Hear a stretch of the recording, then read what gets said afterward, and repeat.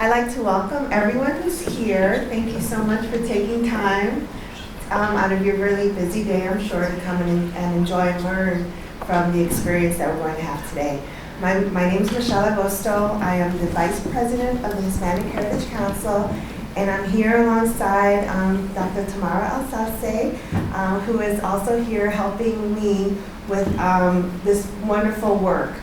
This is Hispanic Heritage Month, and the Hispanic Heritage Council takes very seriously the kinds of activities and events that we can celebrate and honor throughout this month. One of these special events is happening right here today. And we're really excited to start something that I think will hopefully grow into something much larger, a speaker series solely kind of sponsored by Hispanic Heritage Council called Hablamos, which means talking. And our first jab at it will be coming up very soon, and she'll be introduced shortly by the gentleman that I will be bringing up next to the podium. But I'm really happy that everyone is here. I hope that we can continue this work and the partnership that we have been developing with the Theodore Roosevelt inaugural site. And thank you, Stanton and Mark, for allowing us to do this here today. And I would like to ask that the Director of Education, Mark Lozo, come on up to say a few words. Thank you. Can we?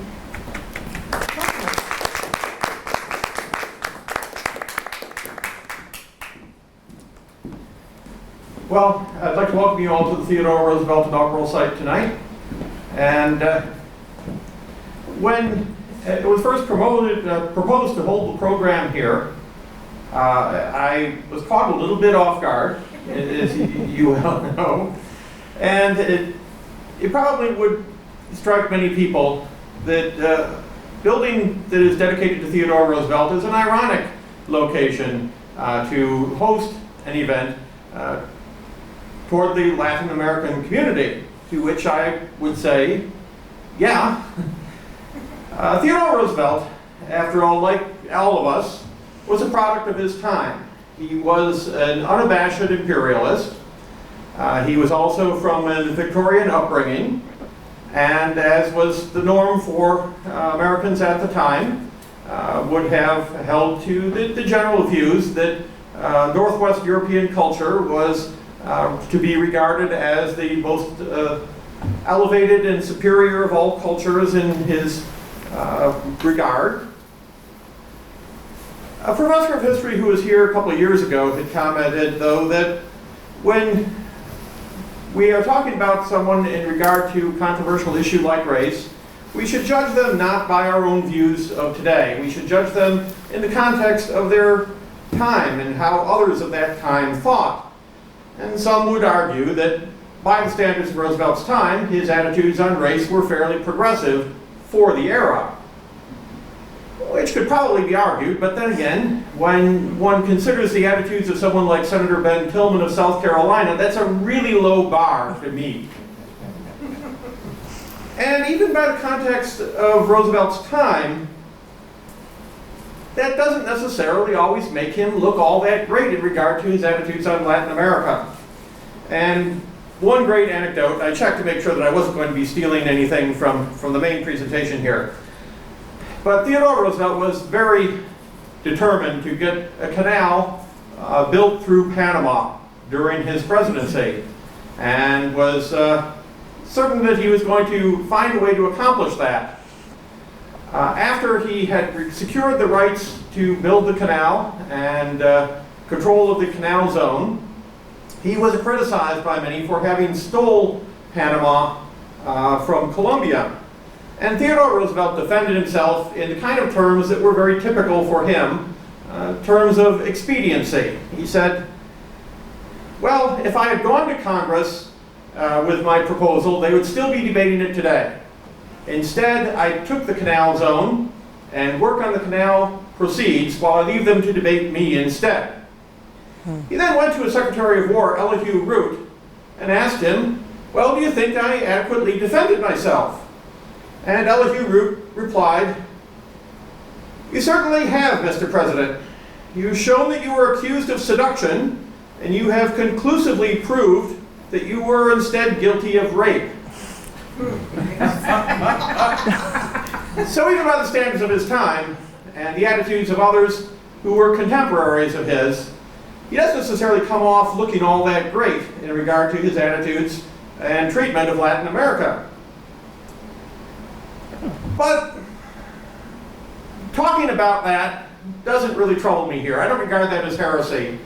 I often urge people to remember that we are a Theodore Roosevelt museum and we are not a Theodore Roosevelt shrine. I do not feel that we should try to cover up the less favorable aspects of his legacy, and we should not be afraid to be honest about our past in regard to Theodore Roosevelt or in general. We should be fair to the people of the past, but we should also be honest about their failures and the shortcomings of historical figures. Being honest about the past gives us the ability to see the perspectives that other people may have, to see the fact that their point of view on the personal and national mythologies we all hold dear might in some cases be very different from the perspectives that we're used to.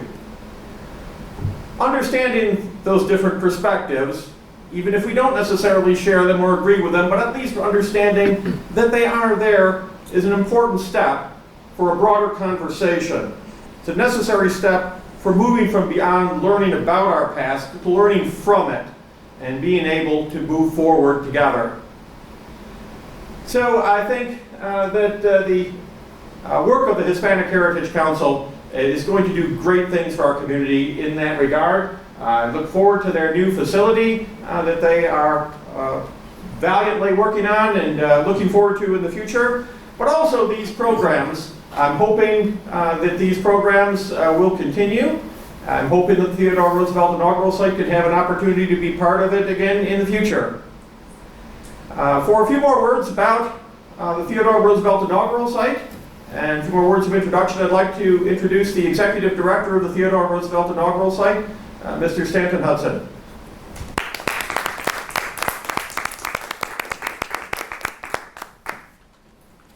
It's not often that I'm left speechless, but Mark really covered pretty much everything that I wanted to. How many of you have been here before? Okay, just about everybody but that gentleman right there. So let me tell you a little something that you might not know about the Theodore Roosevelt site. We are part of the National Park Service, so there are 419 parks throughout the country, and we are one of those parks, but unlike most parks in the country, we are governed by a volunteer board of trustees made up of people throughout the community, and also unlike almost all other parks, we don't receive all of our funding from the federal government. In fact, we only receive about 40% of the monies that are needed to run this place from the federal government. We have to raise approximately $500,000 a year just to keep the doors open. So those are two things, a couple of things that are different about us. And the reason why we think that this is such an important place for the community to support is because there have only been 4 times in American history where the presidential oath of office was administered outside the nation's capital. Buffalo, New York is one of those 4 times, one of those 4 places. So our historic house, which almost became a parking lot back in the early 60s, saved probably one of Western New York's first modern preservation success stories, and the result of the work of a group of women in the area, the Junior League of Buffalo.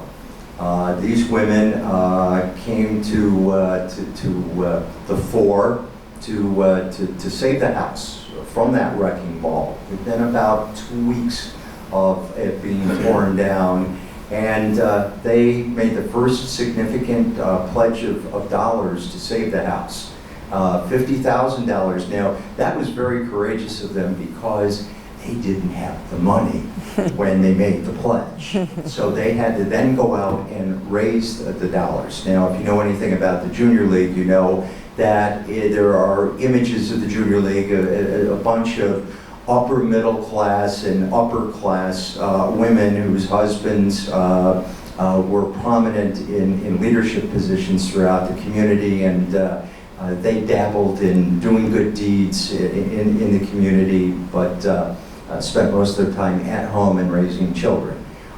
So these women really, and we just honored them last week at our annual anniversary and awards dinner. We honored them because this was a generation, and these women really were at the forefront of a movement here in Western New York, where they gave of themselves and actually became leaders in the community in terms of architectural and historic preservation. So we're very grateful to them for the role that they played in making sure that this place 48 years later still stands. So with that, Mark, you're coming back up, are you? You're going to introduce our speaker, and I'm looking very forward to your talk this evening.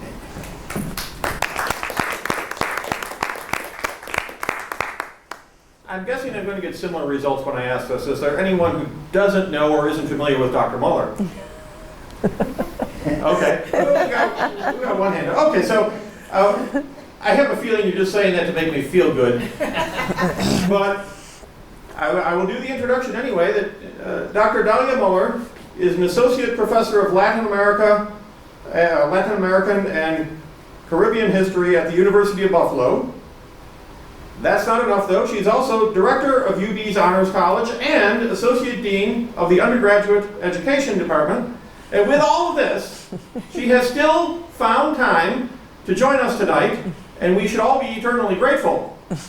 And I am, because Dr. Muller specializes in 19th and early 20th century Cuban history and U.S. Latin American relations, which makes this site completely in her wheelhouse. So I've been looking forward to this talk for a couple of months now since I found out about it. So thank you very much for joining us, Dr. Muller. Hi, thank you very, very much. Those were both wonderful introductions. Thank you to the Hispanic Heritage Council. Thank you to Michelle for reaching out and inviting me to give this talk. And thank you to the Theodore Roosevelt inaugural site for this wonderful display, for hosting this wonderful event. So without further ado, I'll jump right in. I know that this is structured as a lecture and a discussion, and there might be an opportunity to break it up a bit and even have more of an interactive lecture, if you will, as we move through the evening. So. The title of the talk is When Past is Prologue, and of course that's a reference to Shakespeare's The Tempest, which I thought was an interesting choice for a couple of reasons. One, of course, when Shakespeare was writing The Tempest, he was thinking it is believed about Barbados and the colonization of Barbados, so it puts us right in the Americas. And of course, if you think about the central characters, two of the central characters of the play, Prospero and Caliban, you are right there dealing with and thinking through the oppositional relationship structured between civilization and barbarism. And a lot of U.S. Latin American history is structured, has been conceptualized through those lines, especially at the level of thinking about our central policy documents, thinking about stereotypes that have been with us for a couple of hundred years now and have evolved over time. And so really I'm wanting to encourage you to sort of think about, keep that in your mind, this opposition between civilization and barbarism as we move through the talk. And of course, the idea of past being prologue invites us throughout the course of the talk, but also in the discussion, to sort of think about how the past informs not only our present, but our future. And I think that's something else that we should, that I hope that this talk will bring up for everybody as we think from the standpoint of a very difficult moment, not only in perhaps U.S. Latin American relations broadly, but within the boundaries of our own country, as we sit with the struggles and experiences of asylum seekers immigrants, both Latin American and Latinx peoples here today. So with that, I thought it would be appropriate to start. Okay. So thinking about in America today, these images would be familiar to anyone who's connected to the news, which is essentially impossible to avoid. And so, these are some of the more striking images of asylum seekers and immigrants at our borders. This lower image of children who are struggling and suffering in pretty dire and desperate conditions within detention camps. The two images here of the child's drawing I thought was pretty evocative. These are drawings that were garnered from the same detention camps, as well as the young poster of the young boys here. Holding up a poster that says, "Our parents are not criminals." And so this leads me to sort of think about, or to again encourage you to sort of have in your mind as we move forward, what you know and what we're saturated with in terms of the negative stereotyping of Latin American and Latinx peoples. Think here about the criminalization of these peoples and communities, ongoing discrimination, of course deportation, and the rejection of asylum seekers. So have those things in your mind, and I hope, of course, in the discussion that we'll be able to wrap back around to thinking about today and how past is prologue. So before I jump in, of course, I'm going to speed us back over 200 years, but before I jump in, I want to start, well, I guess I am already going back to the plus 200 years with Thomas Paine's Common Sense and the articulation or the description of the United States as an asylum for mankind. This is another thing I think we can keep in our minds. Of course, one would think both at his time and today, what do we mean by mankind, right? That is, there's the rub, as it were. But again, to what degree are we not an asylum for mankind? And what was he thinking about in that moment?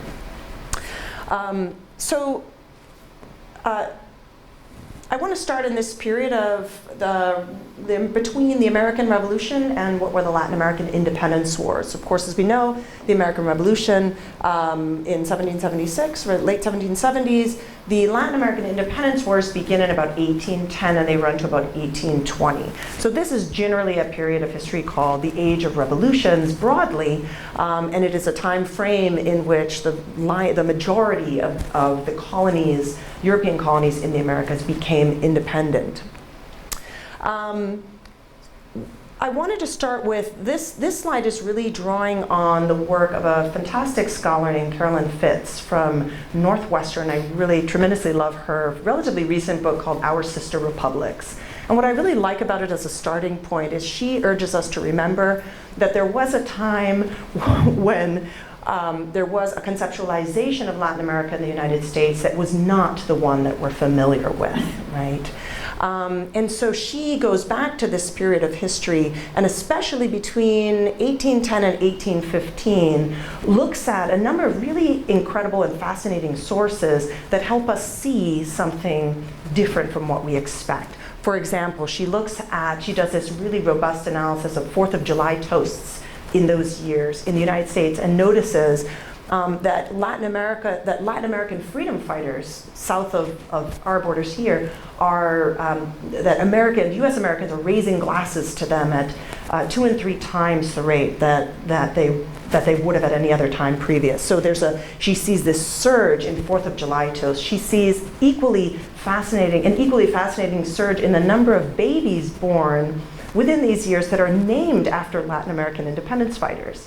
So she particularly tracks the naming practices of both Black and white Americans who choose to name their children Bolivar after Simón Bolívar, one of the most famous liberators of South America.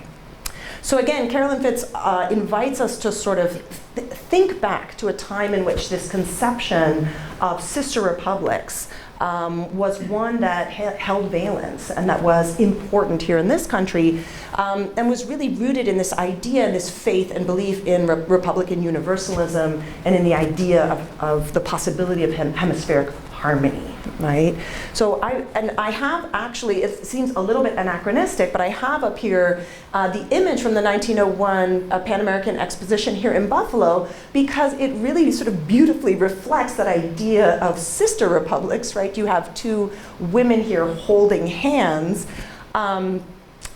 A couple of things to note, and I hope I'll be able to come back to this image, of course, that are, just small caveats, but that are pretty important, is that both of these women are rendered as white, which erases, which is a particular commentary on race in Latin America in this perspective. So what you're meant to sort of read potentially as racial difference here is the sort of blonde hair versus the black hair potentially.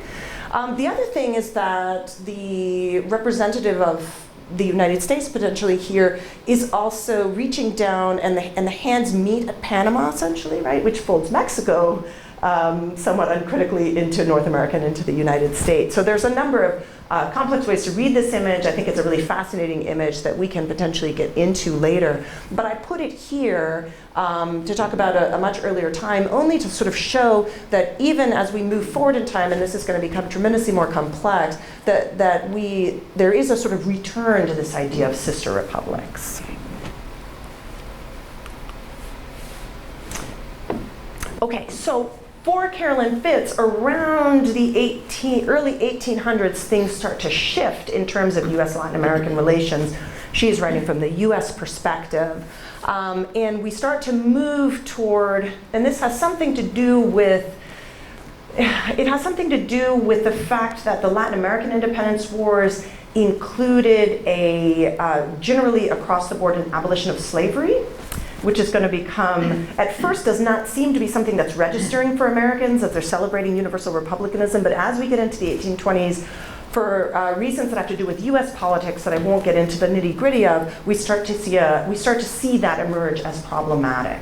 And we start to see a shift in which US Americans are beginning to sort of to distinguish themselves from Latin Americans, and so Latin Americans become a foil against which now US Americans are identifying themselves. And so the Monroe Doctrine, so I'm actually planning to move, I thought about the many different ways I could have given this talk, and I'm planning to move through with a combination of images and policy documents to sort of weave together a political history that is both going to invite us to sort of think about high policy, but also popular culture.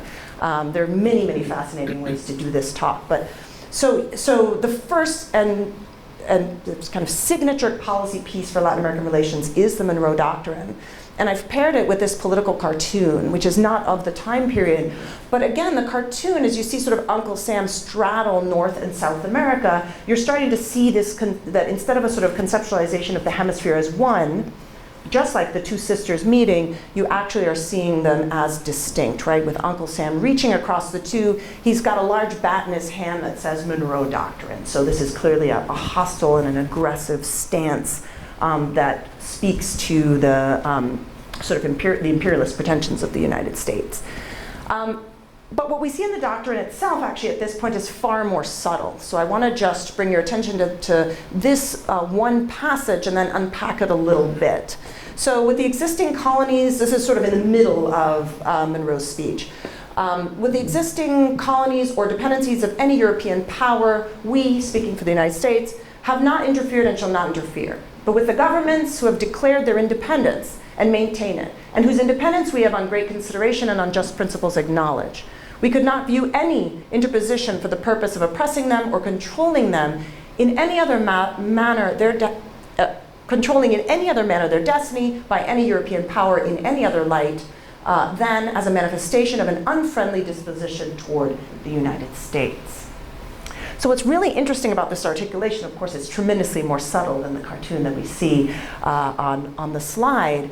However, what I suggest is that the Monroe Doctrine masks a gesture of imperialism within a gesture of fraternity, right? So we see that it's sort of kind of big brother in the schoolyard. There's a gesture of fraternity, and that's so I'm going to protect my little brother, but also a gesture of masking a gesture of imperialism, which is subtle, but which we can read in these in the last half of the last line here, which frames any intervention by any European power not necessarily as an attack on those independent Latin American countries, but an attack on the United States, which then opens a door to authorizing the United States to act in response, right? And potentially unilaterally. And we're going to see how that evolves later on. Okay, so I wanted to bring up this quote from John Quincy Adams and talk about the ripe fruit theory. We're going to stay here in the 1820s, so we have the Monroe Doctrine 1823. So I wanted to say, I said that the Monroe Doctrine was in many ways a really bold and ambitious document. The United States was in no way prepared militarily, and certainly did not have the power to act on such bold words at the time. But certainly, as we have the idea of sister republics floating through the air, we have the toasts, we have the children being named Bolivar and so forth.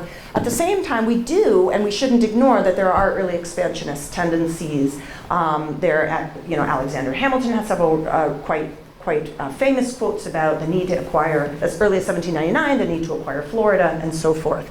So Florida is acquired from Spain in 1819, so this is a map representing that acquisition, and I've superimposed it on a map that shows a bit more of the Gulf to allow us to move to John Quincy Adams' ripe fruit policy. So I want to draw your attention to an important quote that reminds us that the US interest in acquiring Cuba is as old as the mid-1820s. Quincy Adams says, there are laws of political as well as physical gravitation, and if an apple severed by the tempest from its native tree cannot choose but fall to the ground, Cuba, forcibly disjoined from its own unnatural connection with Spain and incapable of self-support, can gravitate only toward the North American Union, which by the same law of nature cannot cast her off from its bosom. So I probably don't need to underscore the importance of the use of science and gravitation and so forth as the structure within which Adams is talking about Cuba and its relationship both to Spain and to the United States. But I wanted to focus on this idea of Cuba severing its unnatural connection from Spain, which is an interesting framing, since of course it's been part of Spain at this time for nearly 400 years. So there's a move there that's really interesting. And then of course the idea of the gravitational force. And this has been understood or has been described as a ripe fruit policy, the idea that once the fruit, there's a kind of evolutionary speech there, right? Once the fruit is ripe enough and it falls, of course it's going to fall toward us. And you would appreciate by looking at this geography that the importance for the United States of controlling Florida and then controlling Cuba is absolutely critical. Cuba has long been referred to by the Spanish and the Americans as the key to the Gulf, la llave del Golfo, right? So it essentially opens and closes the Gulf. And so that it essentially explains why Cuba has become so important to US, is conceptualized as so important to US, eventually, national security, and Florida as well. Okay, so I'm beginning to sort of show you the thinking as early as the 1820s and the complexity of that thinking. Again, holding in mind the sort of sister republic idea and the emerging and undeniable expansionist tendencies and imperialist ideologies. So if we move forward then in time, the next critical event we would talk about is the war with Mexico, the annexation of Texas and the war with Mexico. So now we're in the 1840s and 1850s. So here we've talked about the Monroe Doctrine. A next sort of interesting and important ideology to talk about is manifest destiny.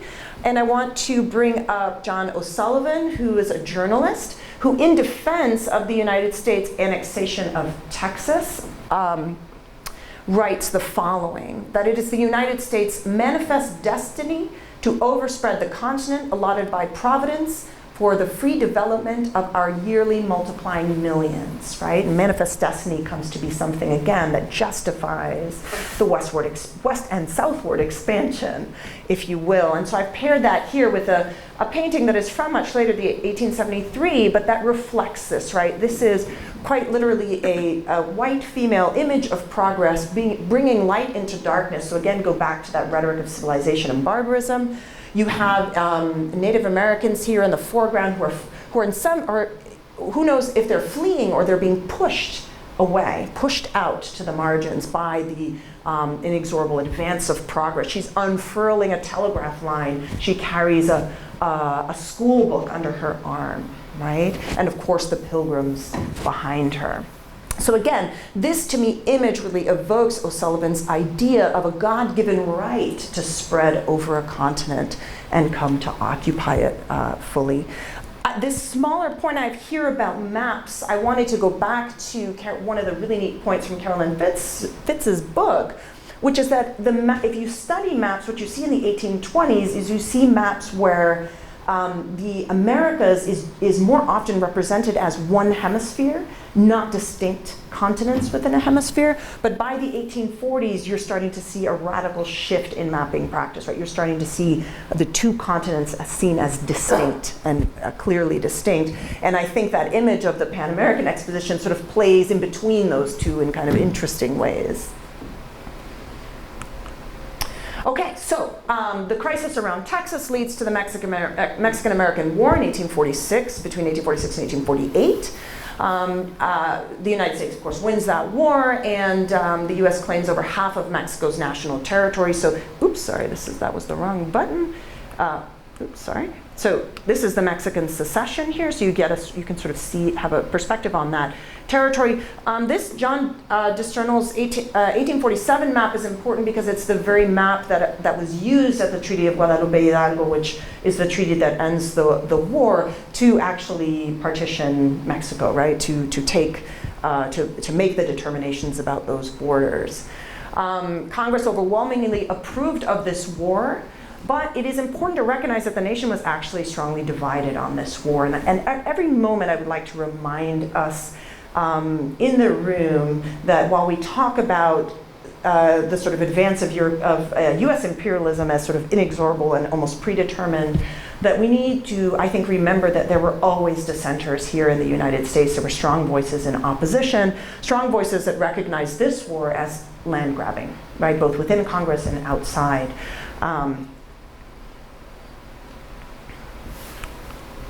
Oh, one other point that I want to make, sorry, this brings us a little bit more to the present, but oftentimes when I reflect on all of the language and the discourse that I hear about immigrants, and especially around Mexicans, I always, in my mind, I may be talking to the television, but I want to speak out and say, well, what's really interesting about our residents of the Southwest is that the border moved over them.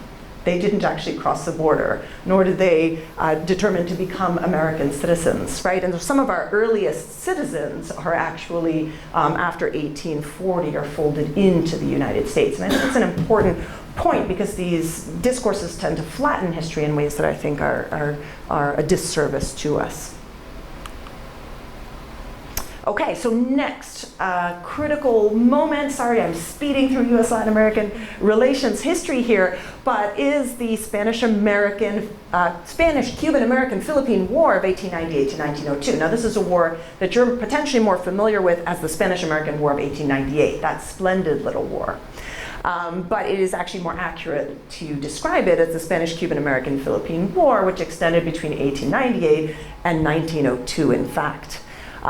So to explain this lengthy title then, when the United States intervenes in both Cuba and the Philippines in 1898, it is intervening in a pre-existing conflict. In Cuba, that conflict had been going on for 30 years, but quite intensively since 1895.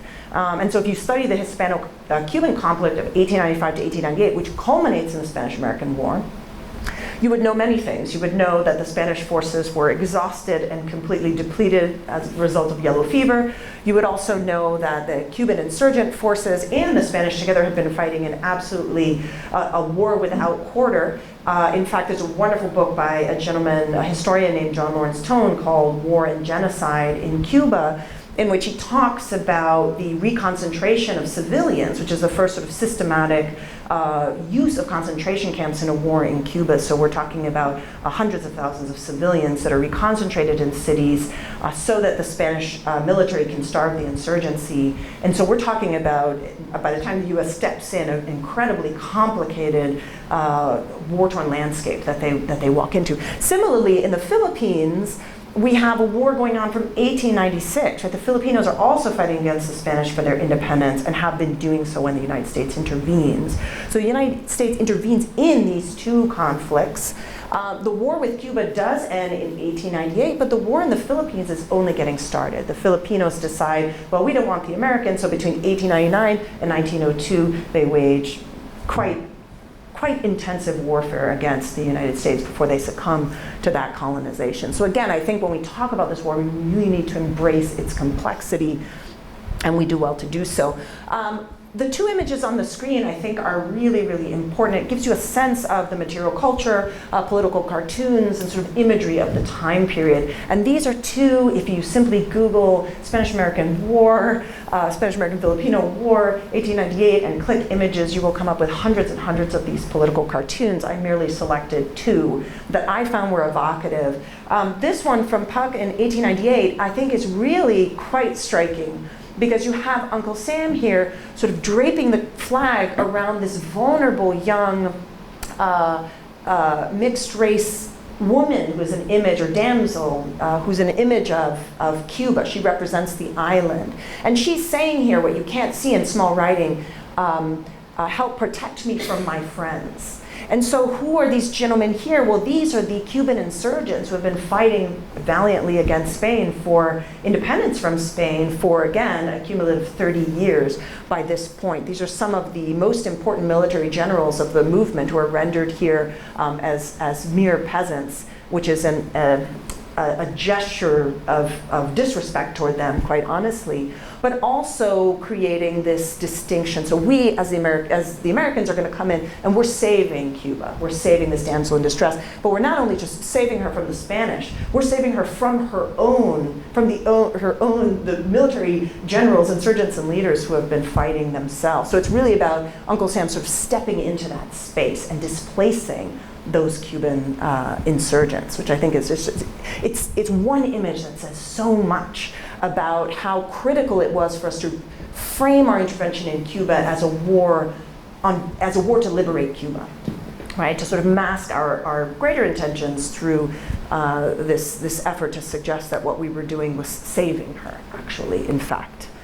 On the other hand, here, this cartoon from Judge in 1899 shows President McKinley bathing a Filipino child. So these are two pretty common caricatures, right? To sort of render Latin America as a defenseless woman, or to render Latin America as a savage child. Those are two that you see continuously repeated.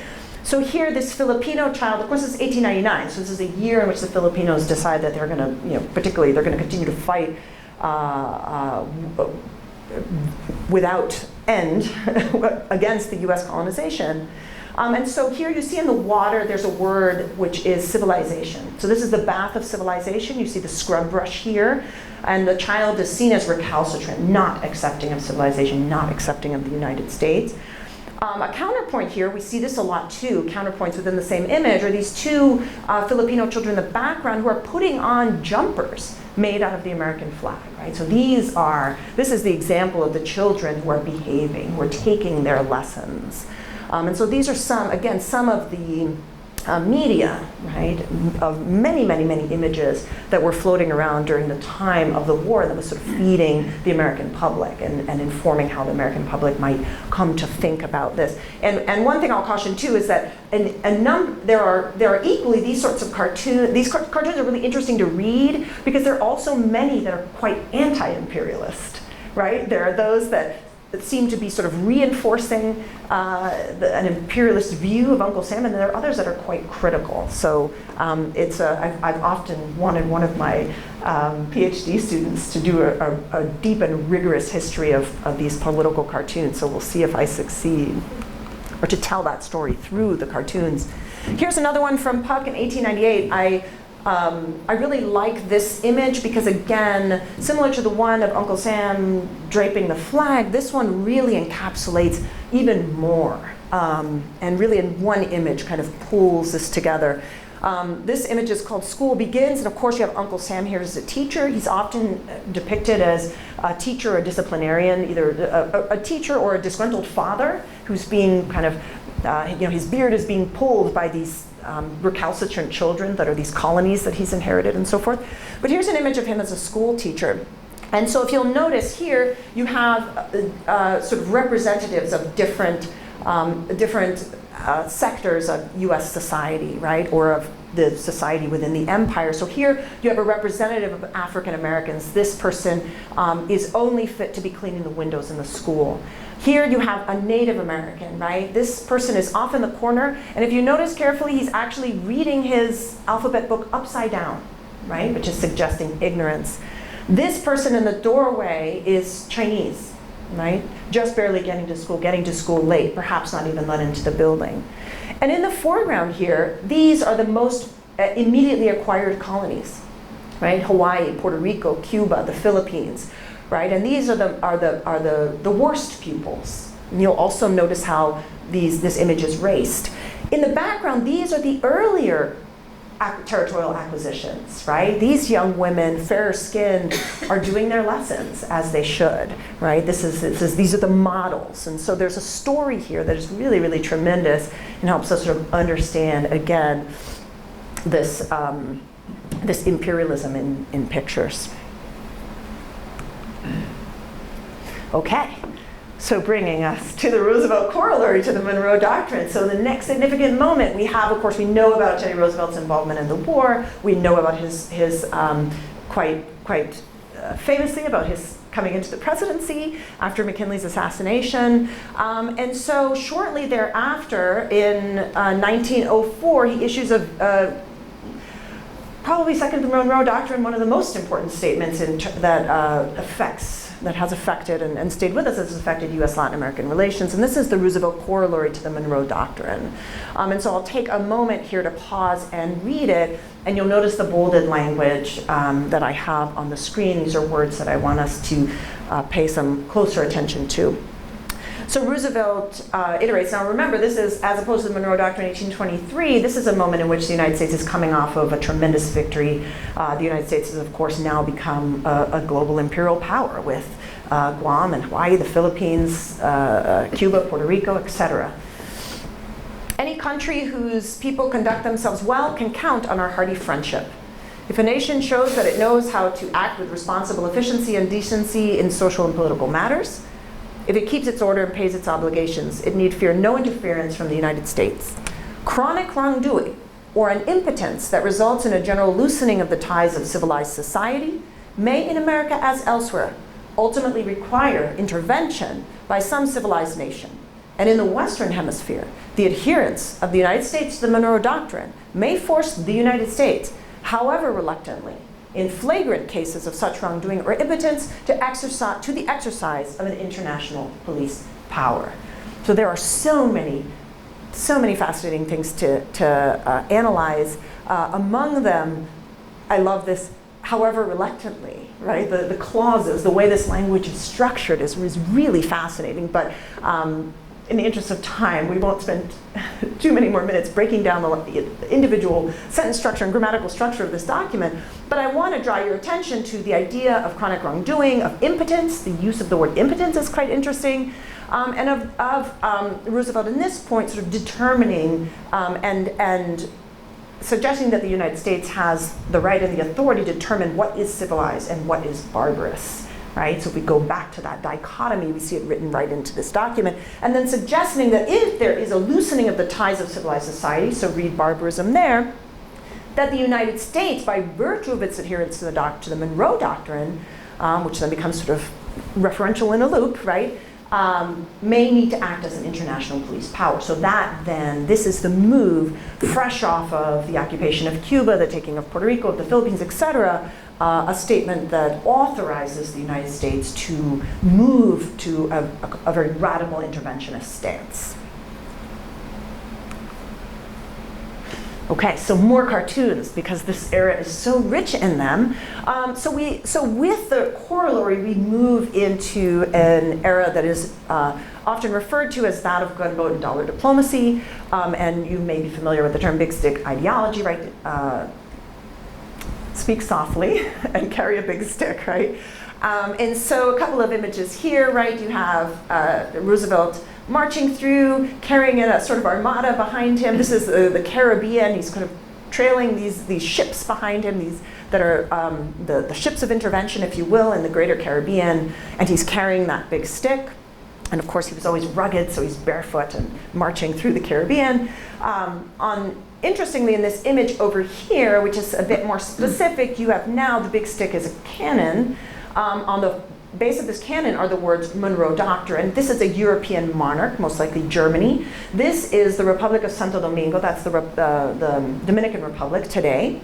And Roosevelt, of course, is threatening these European monarchs, saying, if you're going to come for repayment of your dues, well, since we adhere to the Monroe Doctrine, we're going to step in with our gunships, and we're not going to let you do that because this is our backyard, this is our territory, right? So that's what that image says. But I would draw your attention again to the rendering of Latin America, right, of the Dominican subject here. He is a full-grown man, but who is crying as a child here, unable to protect himself with no autonomy, right? Emasculated, so again, read back to impotence and so forth. So these are the kinds of images that we would be taking in as Americans might think about Latin Americans. Oops, sorry, a little bit, one too far. Okay, so I like this map because it sort of just gives us, again, in one image, perspective on the over 25 military interventions that we see in this period throughout, especially what the United States conceptualized as its backyard. So we're not really looking at strategic or other interventions really south of the equator or even into South America. We're not going to get to that in this talk, but we'd have to be moving into the post-World War and into the Cold War period to talk about that. But really the activity between the 1890s and 1920s, actually that's incorrect, mid-1930s until we move to another policy moment, which is the good neighbor policy, right? But in these 30 years or so, we're looking at 25 interventions, and not only military interventions, so these are all military interventions and the setting up of military protectorates. So in Mexico, for example, we have an intervention in 1903, 1908, 1912, 1914 to 1916, 1918 to 19... Is that 30 or 20? 20. In another one that's really quite striking is in Nicaragua. I hadn't had a chance to talk about Nicaragua, but 1906, 1909 to 1910. Nicaragua was then occupied in all of these dates, 98, 99, 1910, 1912 to 1925, okay? Haiti, these were also lengthy occupations in the Dominican Republic that make the occupations in Cuba look pretty small, right? There are two major interventions in Cuba, the protectorate established in 1898 to 1902, and then 1906 to 1909, with a couple of other interventions along the way. Okay, so this is, really quite striking. The other perhaps important thing to point out about this period is, if you remember the rhetoric that was being developed as really in and around the Spanish-American War and afterward, the rhetoric was all of these interventions are for democracy, right? Are for, and also at the benefit of these struggling countries, right? That are where the ties of civility have been loosened. So we need to go in and we're going to set things right. We're going to defend these people and we're going to restore these democracies and so forth. But in fact, the lion's share of these interventions ended up supporting some of the most brutal dictatorships that Latin America has seen, and actually had been in many ways tremendously destabilizing. So it had quite the opposite effect. And I think it is not Teddy Roosevelt, but Franklin Delano Roosevelt, who much later in the 1930s, when talking about, and I believe it's Trujillo in the Dominican Republic, who was quite a butcher, there was a moment that is, especially disappointing, I would say, but not surprising, where Roosevelt is quoted saying, well, about Trujillo, he may be a bastard, but he's our bastard.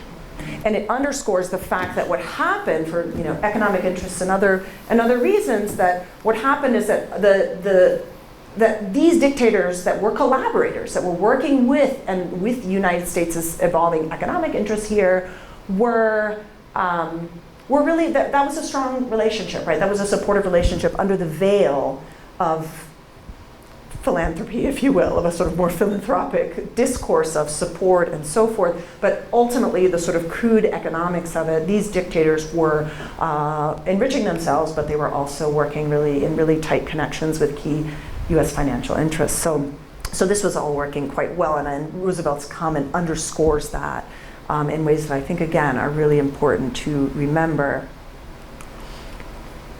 So Panama Canal, so you remembered referencing the Panama Canal just briefly before. And so this is about where I'm gonna, I'm not entirely done, ready to conclude, but this is about as far as we're gonna go with this talk in 1914 into the 1920s, those interventions that I was talking about. But the Panama Canal is especially interesting and important, and I wanted to think about it through these couple of images as well. Here, this one has Roosevelt, of course, who's always figured as a tough guy, right? The caption is, "Held up the wrong man." The man here is represented as Colombia, right? Wielding two pistols. You often have both Mexicans and Colombians sort of as pistol wielding, generally peasants or insurgents. That's a kind of common image to see as well. And he's got money, millions for the canal here on his satchel, and you've got Uncle Sam sort of celebrating with a shovel in the back, like we're gonna get this thing done. In this image, also you have Teddy Roosevelt quite literally digging out the canal himself with the boats, waiting to come through, and he's dumping the earth on Bogota, the capital of Colombia. And of course, that's really important because the liberation of Panama in 1903, the United States was able to sort of broker a deal with certain Panamanian elites that if the United States would support Panama's independence from Colombia, as Panama was part of Colombia, right, the United States would be able to secure exclusive rights to building the canal and then controlling it. Right, and so there's a sort of, here, take that to Colombia, right? I got my way. That's embedded in this image.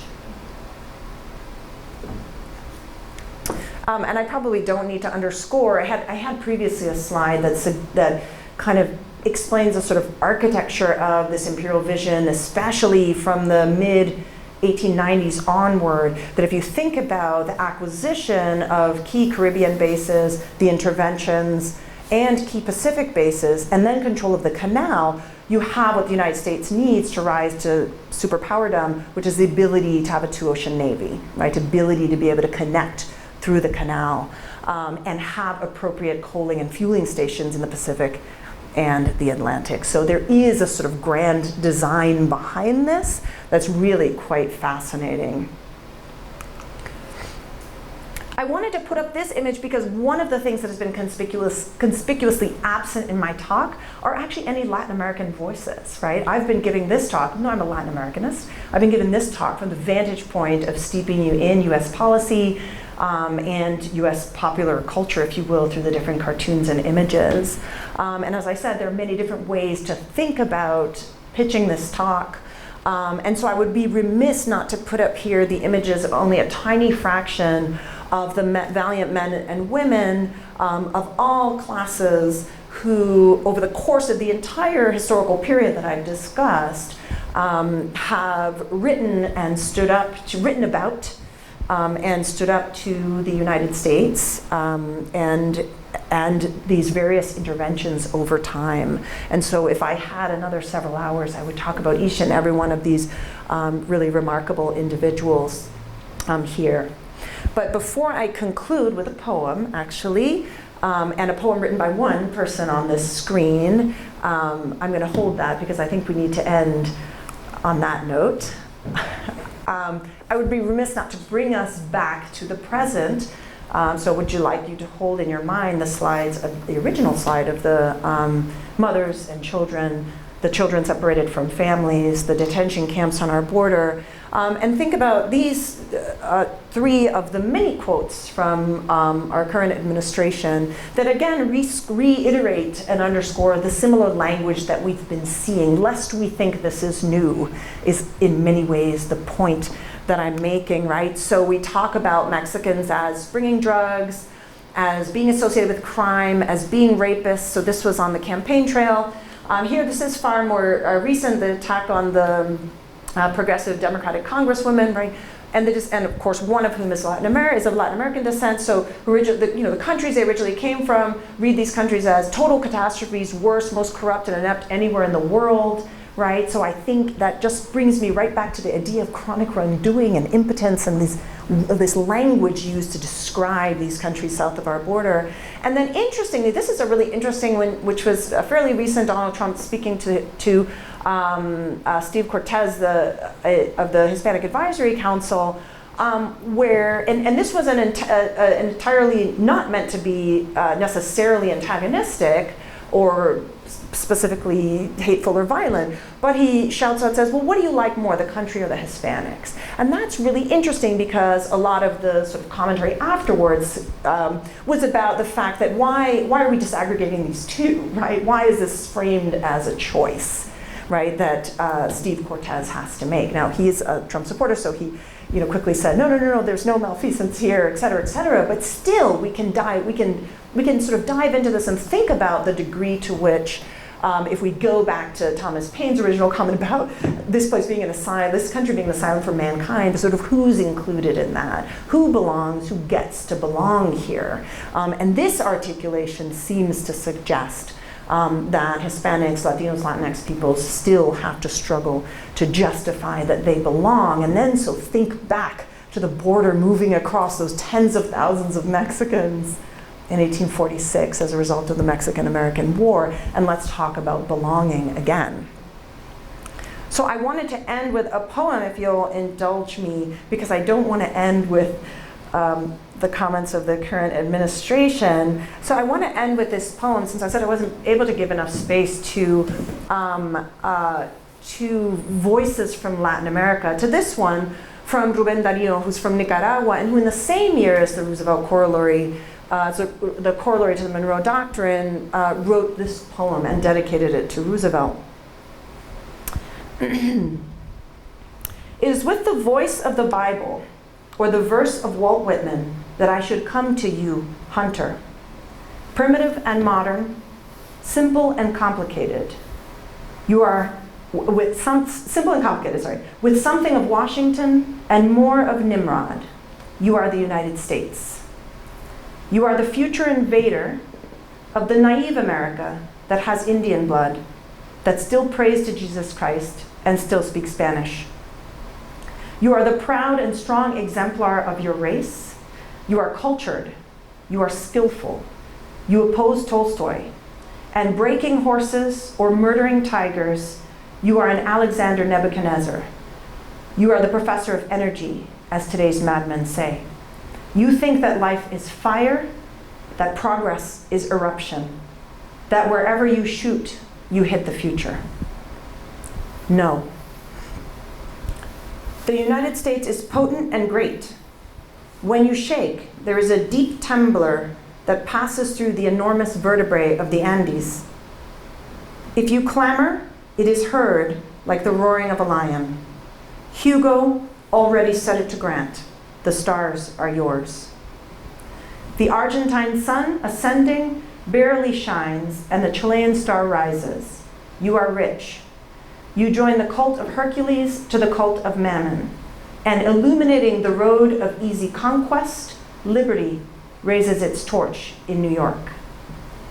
But our America, that has had poets since the ancient times of Nezahualcóyotl, that has walked in the footprints of great Bacchus, who learned Pan's alphabet at once, that consulted the stars and knew Atlantis, whose resounding name comes to us from Plato, that since the remote times of its life has lived on light, on fire, on perfume, on love.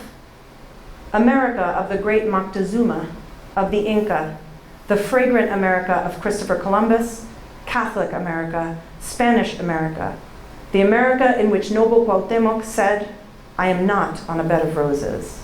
That America that trembles in hurricanes and lives on love, it lives, you men of Saxon eyes and barbarous souls. And it dreams, and it loves, and it vibrates, and it is the daughter of the sun. Be careful. Viva Spanish America. There are 1,000 cubs loosed from the Spanish lion. Roosevelt. One would have to be, though God himself, the fearful rifleman and strong hunter, to manage to grab us in your iron claws. And although you count on everything, you lack one thing, God.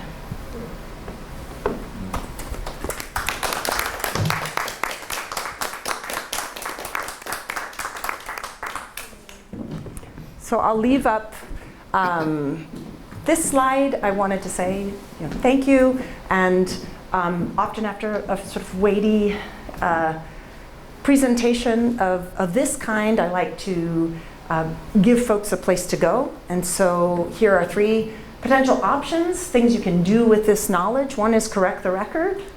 When you speak with friends, when you speak with colleagues, spread the word, challenge discrimination, and stand up for justice and equality always. For those of you who wish to do more than simply speak, although I think correcting the historical record is something that we could all do in our lives every day, there is, of course, the possibility of joining some of the protests and the folks doing great work through the New Sanctuary movements or the Close the Camps movements that have important connections here in Buffalo, but that are, of course, nationwide networks. So I wanted to leave that up. But thank you very much for your time and attention. Does anyone have any questions?